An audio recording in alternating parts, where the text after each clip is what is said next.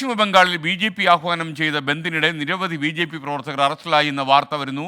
നിർബന്ധിച്ച് കടകൾ അടപ്പിക്കാൻ ശ്രമിച്ച പ്രവർത്തകരെയും ഗതാഗത തടസ്സമുണ്ടാക്കാൻ ശ്രമിച്ചവരെയും അറസ്റ്റ് ചെയ്ത് നീക്കി. ബൽറാം നെടുങ്ങാടി വിശദാംശങ്ങളുമായി ചേരുന്നു. ബൽറാം, വിവരങ്ങൾ.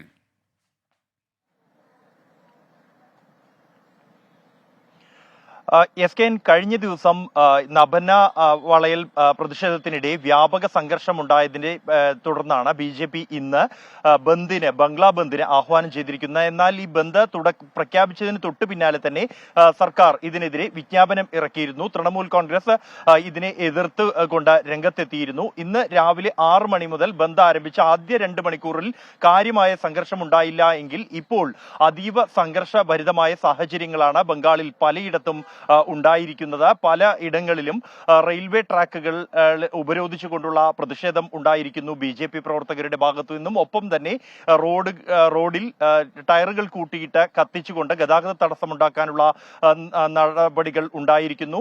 കൂടാതെ കടകൾ നിർബന്ധിച്ച് അടപ്പിക്കുന്ന സാഹചര്യം ഉണ്ടായിരിക്കുന്നു. പോലീസ് ഇടപെടലിന് നേരിയ സംഘർഷങ്ങൾ പലയിടത്തും ഉണ്ടായി.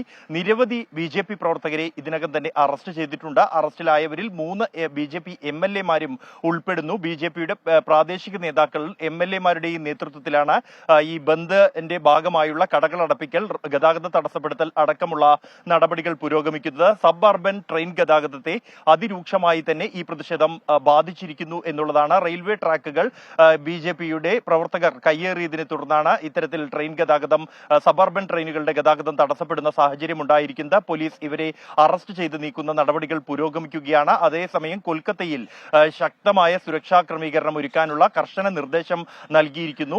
സർക്കാർ ബസ്സുകൾ അടക്കമുള്ളവ നിരത്തിലിറങ്ങിയിരിക്കുന്നു. എന്നാൽ മുൻകരുതലിന്റെ ഭാഗമായി ഡ്രൈവർമാർ ഹെൽമറ്റുകൾ ഉൾപ്പെടെ ധരിച്ചുകൊണ്ടാണ് ഇപ്പോൾ സർവീസ് നടത്തുന്നത്. എന്തായാലും അതീവ സംഘർഷ സാഹചര്യം ബംഗാളിൽ ഇന്ന് ഈ ബംഗ്ലാ ബന്ദിനിടെ തുടരുകയാണ്. കൽക്കട്ട ഹൈക്കോടതി ബന്ദിനെതിരായ ഹർജി ഇന്ന് രാവിലെ പരിഗണിക്കുന്നുണ്ട്. SKN. Okay, thank you Balram Nedungadi.